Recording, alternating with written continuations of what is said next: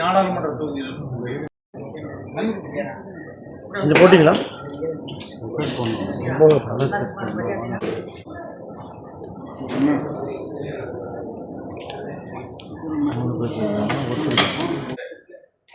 தலைவர் தமிழ் தெலுங்கு தேசிய கட்சி, தமிழ் தெலுங்கு நேஷனல் பார்ட்டி.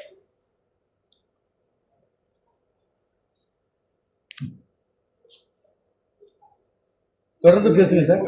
வருகிற 2026 தமிழக சட்டமன்ற தேர்தலில் தமிழகத்தில் சுமார் 150 தொகுதிகளில் எங்களது கட்சி தனது வேட்பாளர்கள் நிறுத்த முடிவு செய்துள்ளது.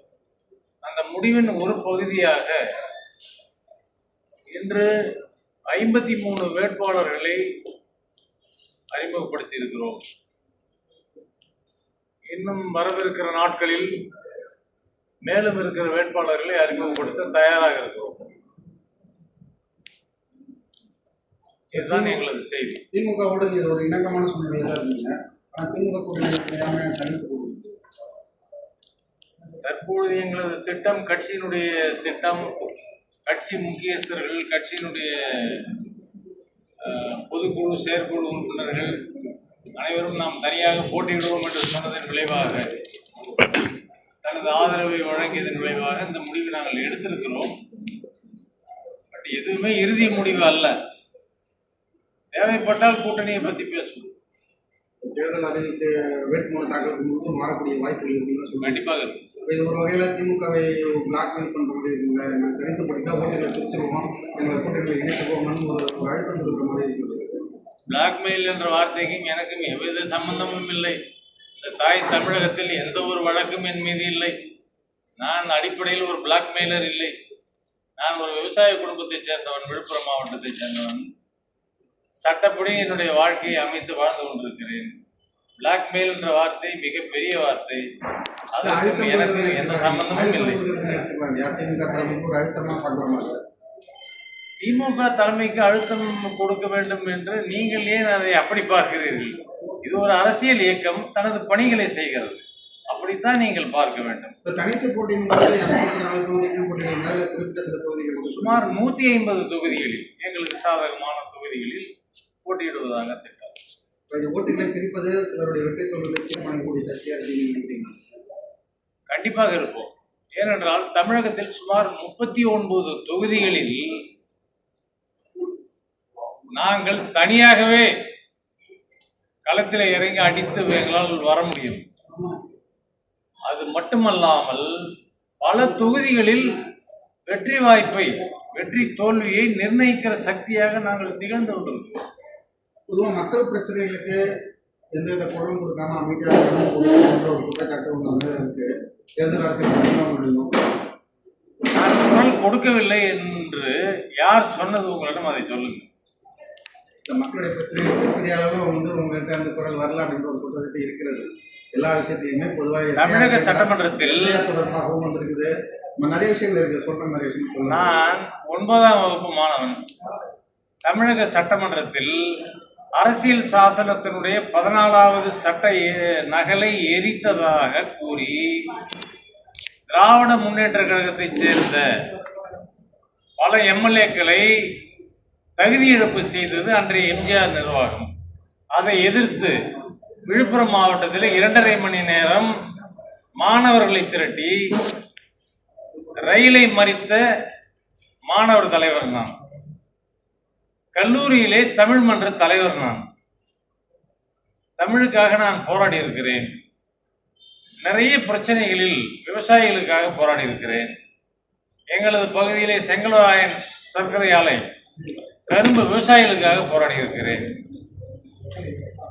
என்னுடைய வாழ்க்கை எப்படி இருந்ததோ அந்தந்த இடங்களிலும் அந்தந்த காலகட்டங்களிலும் ஜனநாயகத்திற்காக, மக்கள் உரிமைகளுக்காக நான் போராடி கொண்டுதான் இருக்கிறேன். சார் சார் ஒரு சார் இப்போ தேர்தலில் இப்போ எதை முன்னிறுத்தி நீங்கள் பிரச்சாரம் செய்வீங்க? எங்கள் மக்களுடைய, குறிப்பாக எங்கள் மக்கள் கடந்த 10 ஆண்டுகளுக்கு மேலாக மன அழுத்தத்தில் இருக்கிறார்கள். ஒருபுறம் எங்கள் கோரிக்கைகள் எதுவும் சரியாக செவி மடுக்கப்படவில்லை. கடந்த 50-60 ஆண்டுகளாக சமுதாயத்தின் நிறைய கோரிக்கைகள் கிடப்பிலேயே இருக்கிறது. ஏனென்றால் இந்த சமுதாயத்திற்கு சரியான ஒரு அரசியல் தலைமை, வலுவான தலைமை இல்லை. அதுதான் காரணம் இதற்கு. நீங்க வலுவான தலைமை இல்லைன்றீங்கன்னா, ஆனா திமுகவில் அமைச்சர்கள் இரண்டாம் தலைவர்கள் அதிக பேர் தெலுங்கு சமுதாயத்தை சார்ந்தவர்களா இருக்காங்க. அதனால ராஜ்குமார் நாயுடுடைய சப்போர்ட் நமக்கு தேவையில்லைன்னு தலைமை நினைக்கிறதா சொல்லலாம். நான் அதை பற்றி கவலைப்படுவதற்கு தயாராகவே இல்லை. இருக்கட்டும், நமது சகோதரர்கள், எங்களது சகோதரர்கள் பல கட்சிகளிலும் இருக்கிறார்கள். சிலர் ஆளுங்கட்சியில் இருக்கிறார்கள், சிலர் எதிர்கட்சியில் இருக்கிறார்கள். பொதுவாக இப்ப சீமான் போன்றவர்களால் ஒரு விருப்புணர்வு பரப்பப்படுகிறது தமிழர்கள். அதை எப்படி எதிர்கொள்ளப் போகிறீர்கள்? அதை எந்த மாதிரியான கையாள முயற்சிகள்?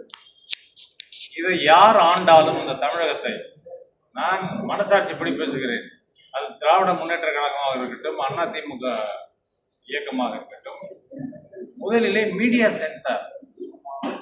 மீடியா சென்சார் என்றால் உங்களுக்கு தெரிந்திருக்கும், சமூக ஊடகங்களிலே அரசாங்கம் நினைத்தால் சமூக ஊடகங்களிலே கேவலமான கருத்துகள் பகிரப்படுவதை, ஈவன் இந்த உயர் நீதிமன்றங்களிலே, பல நீதிமன்றங்களிலே தெலுங்கு குடும்பத்தை சார்ந்த நீதியரசர்களும் இருக்கிறார்கள்.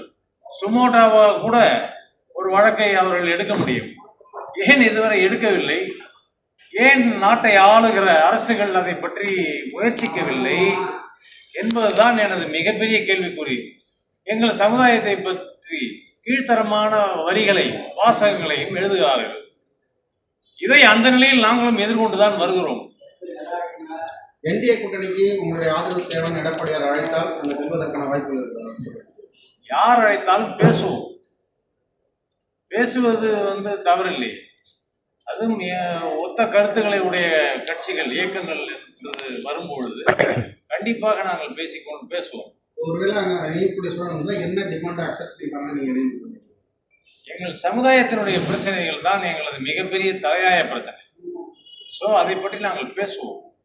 அது திராவிட முன்னேற்ற கழகமாக இருந்தாலும் அதிமுக கழகமாக கண்டிப்பாக நாங்கள் பேசுவோம். இந்த அரசியலில் பார்த்தீங்கன்னா என்டிஏ கூட்டணி, திமுக இந்தியா கூட்டணியை தவிர்த்து விஜயும் ஒரு பேசுபொருளாக இருக்கிறார்.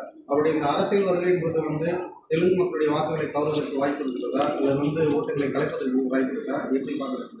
அதை பற்றி அவருடைய வருகை உங்களை எந்த அளவுக்கு பாதிப்பு நினைக்கிறீங்க? சம்பவம் எங்களை எந்த சக்தியாலும் எங்களுக்கு பாதிப்பை ஏற்படுத்த முடியாது. கோவில்பட்டியாக இருக்கட்டும், அது கும்மிடிப்பூண்டியாக இருக்கட்டும், எங்கள் ஓட்டுக்களை நாங்கள் முடிவு செய்கிற நிலையிலே தான் நாங்கள் இருக்கிறோம். நாங்கள் பார்த்து யாருக்கு ஓட்டு போட வேண்டும் என்று நினைக்கிறோமோ அதை செயல்படுத்தக்கூடிய ஆற்றலும் தகுதியும் எங்களுக்கு இருக்கிறது. ஆந்திராவுடைய துணை முதல்வர் பவன் கல்யாண் அவருடைய ஜனசேனா தமிழ்நாட்டில் போட்டியிடுவார் இருப்பதற்காக சில தகவல்கள் இருக்கிறது. ஒருவேளை அவர் அப்படி போட்டிட்டார்னா நீங்க ஆதரவு தெரிவிப்பதற்கு வாய்ப்பு இருக்கா, அல்லது அவரோடு இணைவதற்கு வாய்ப்பு இருக்கிறதா? அதை பற்றி நான் இன்னும் சிந்திக்கவில்லை. நேரம் வரும்போது சிந்திப்போம். சார், நீங்க தமிழக அரசியல் கட்சிகளுக்கு தேர்தல் வந்துருச்சு, நெருங்கிடுச்சு, 1 மாசம் தான் இருக்குது. நீங்க உங்க சமூகத்து சார்பில் என்னென்ன கோரிக்கைகளை வைக்க போறீங்க? அது தொடர்பாக எல்லா கட்சியும் சந்திக்கிற ஐடியா உங்கள்கிட்ட இருக்கா? அந்த கோரிக்கைகள் நிறைய இருப்பதால் நாங்கள் அதை விரிவாக பொது ஊடகங்களிலே இப்பொழுது விவாதிப்பதற்கு இல்லை. அதை நாங்கள் அந்த ஆளுகிற ஆட்சியாளர்களிடமோ, யார் ஆட்சிக்கு வர இருக்கிறார்களோ அவர்களிடம் பேசுவதற்கு நாங்கள் தயாராக இருக்கிறோம். அந்த நேரத்தில் அதை பற்றி பேசுவோம். அப்பொழுது அது பொது ஊடகங்களிலே அவர்களால் பகிரப்படும். ஸோ உங்கள் கூட்டணியாக இருந்தால் உங்களுடைய பிரதிநிதிகள் வரமாட்டாங்கன்றதுனால தனித்து போட்டிடுறீங்கன்னு சொல்லலாமா? கூட்டணியாக யார் கூட உங்களுக்கு பிடிச்சவங்களோடு சேர்ந்தா நீங்கள் நினைக்கிற ஆட்கள் வர முடியாதுன்றதுனால தனித்து போரிடுறீங்களா? அப்படி இல்லை. அந்த மாதிரி அரசியல் கணக்குகளிலே நாங்கள் இன்னும் எங்கள் கவனத்தை செலுத்தவில்லை. எங்களுடைய எண்ணம் புறக்கணிக்கப்பட்ட இந்த சமூகத்திற்கு ஒரு விடிவை காண்பதற்காகத்தான் இந்த முயற்சியை எடுத்து. நீங்க புறக்கணிக்கப்பட்ட சமுதாயம் சொல்றீங்க, ஆனா மற்ற தரப்பினர் பாத்தீங்கன்னா அமைச்சர்கள் அதிக அளவிலான தெலுங்கு அமைச்சர்கள் இருக்காங்க ஒரு குற்றச்சாட்டு இருக்காங்க. அதை எப்படி முரண்படுகிறது? இப்படித்தான் காலங்காலமாக சொல்கிறார்கள். அப்பொழுது உங்களது கருத்துப்படி, கூற்றுப்படி இந்த அமைச்சரவையிலே சிலர் 7-8 அமைச்சர்கள் இருக்கிறார்கள் என்று நீங்கள் சொல்கிறீர்கள். எங்கள் சமுதாயத்தை எடுத்தாலே கடந்த 50 ஆண்டுகளாக மக்கள் பொது தரப்பிலே ஒரு பேச்சு இருக்கிறது. நாய்க்குமாருங்களா, அவங்க பெரிய மில் ஓனருங்கெல்லாம் அந்த மாதிரி பேசியே சாதாரண எங்கள் மக்களுடைய உரிமைகளை தட்டி படுத்தியிருக்கிறார்கள் இந்த அரசியல்வாதிகள். காரணம் என்னவென்றால், கோவையிலே மில் அதிபர்களாக இருக்கிறார்கள் எத்தனை பேர் இருக்கிறார்கள்? எத்தனை பேர் சைமாவிலே உறுப்பினர்களாக இருக்கிறார்கள்? சவுத் இந்தியன் மில் ஓனர் அசோசியேஷனில் ஒரு 30 பேர் இருப்பார்கள், 40 பேர் இருப்பார்கள். அவர்களை வைத்து இந்த ஒட்டுமொத்த 2 கோடி சமுதாயத்தை நீங்கள் எடை போடலாமா? எல்லாரும் ஒரே அமைப்பின் கீழ் வருவதில் என்ன சார் தயக்கம்? ஒவ்வொரு தெலுங்கு அமைப்பும் நிறைய அமைப்புகள் இருக்கிறாங்க. ஏன் அந்த பிரிவினை ஒரே அமைப்பாக வரும்பொழுது உங்களுடைய சக்தி வெளிப்படும், உங்களுடைய கோரிக்கைகள் வந்து நிறைவேற்றப்படுவதற்கு வாய்ப்புகள் சாத்தியமானது?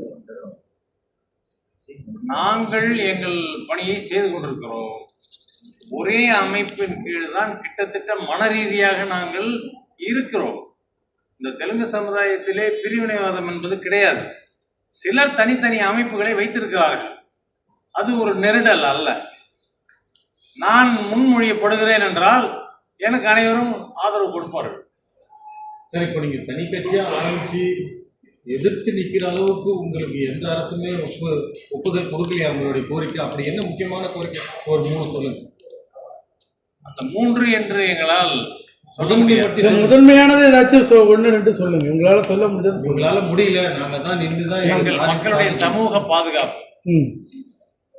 கடந்த 10 ஆண்டுகளாக எங்கள் மக்கள் மீது ஒரு சேற்றை இறைக்கக்கூடிய ஒரு சம்பவம் நடக்கிறது. நாங்கள் வந்தேரி என்று. யார் வந்தேரி? யார் சொல்றாரு? சைமன், செபஸ்டியன் சைமன் என்கிற ஒரு நபர் ஒரு தவறான பிரச்சாரத்தை முன்னெடுத்தான். இதற்கு முன்னர் தமிழர் சேனையின் என்ற அமைப்பை சேர்ந்த நகைமுகன் முன்னெடுத்தான்.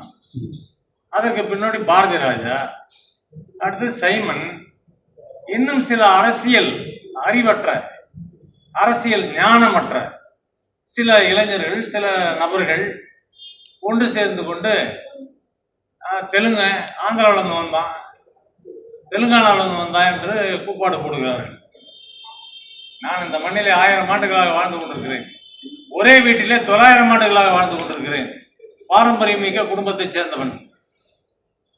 என்னை போய் வந்தேன் என்று சொல்ல முடியுமா? மலேசியா, சிங்கப்பூரிலே தமிழர்கள் வாழுகிறார்கள். நான் எத்தனையோ லட்சக்கணக்கான மக்களை பார்த்து விட்டேன் அந்த நாட்டிலே. நீங்கள் எந்த ஊர், என்ன, நீங்கள் எந்த நாட்டை சேர்ந்தாலும் நாங்கள் மலேசியன் அப்படின்னு தான் சொல்கிறார்கள். நாங்கள் தமிழர்கள் என்றதெல்லாம் உடனடியாக அவங்க சொல்றதில்லை. எந்த மண்ணிலே பிறக்கிறார்களோ அந்த மண்ணுக்கு சொந்தக்காரர்கள் அவர். அதுதான் சன் ஆஃப் த சாயில் என்று சர்வதேச சட்டத்திலேயே இடம் இருக்கிறது. நான் இந்த மண்ணுக்கு சொந்தக்காரன், இந்த மண்ணிலே பிறந்தவன். என்னை அந்நியன் என்று சொல்வதற்கு இவர்கள் யார்?